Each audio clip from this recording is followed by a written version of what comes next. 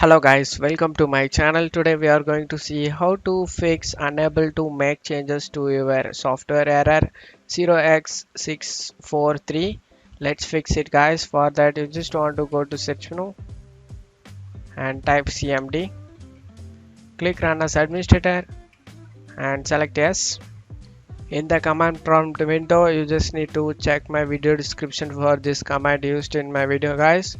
Copy with Ctrl C and paste with Ctrl V, press enter.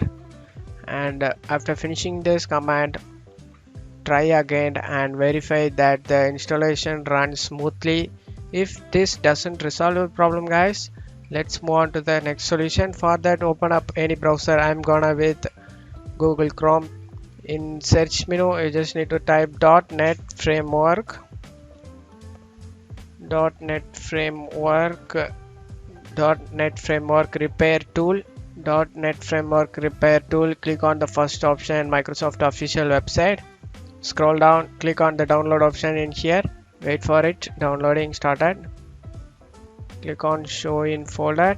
You just want to install it guys. Double click on it.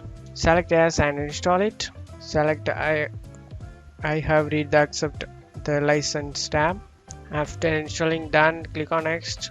Click on finish. After finishing this, go ahead and restart your PC guys. After restarting, try again and verify that the installation runs smoothly.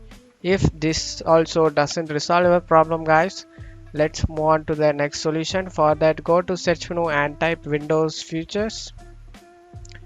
Opens up 10 Windows features on or off. Click on open it. In here you just need to check mark .NET Framework 4.8 and .NET Framework 3.5, both of it. Just want to check mark all of these and click OK. Wait for it. This will take some time to finish it. After finishing this, Windows completed the requested changes.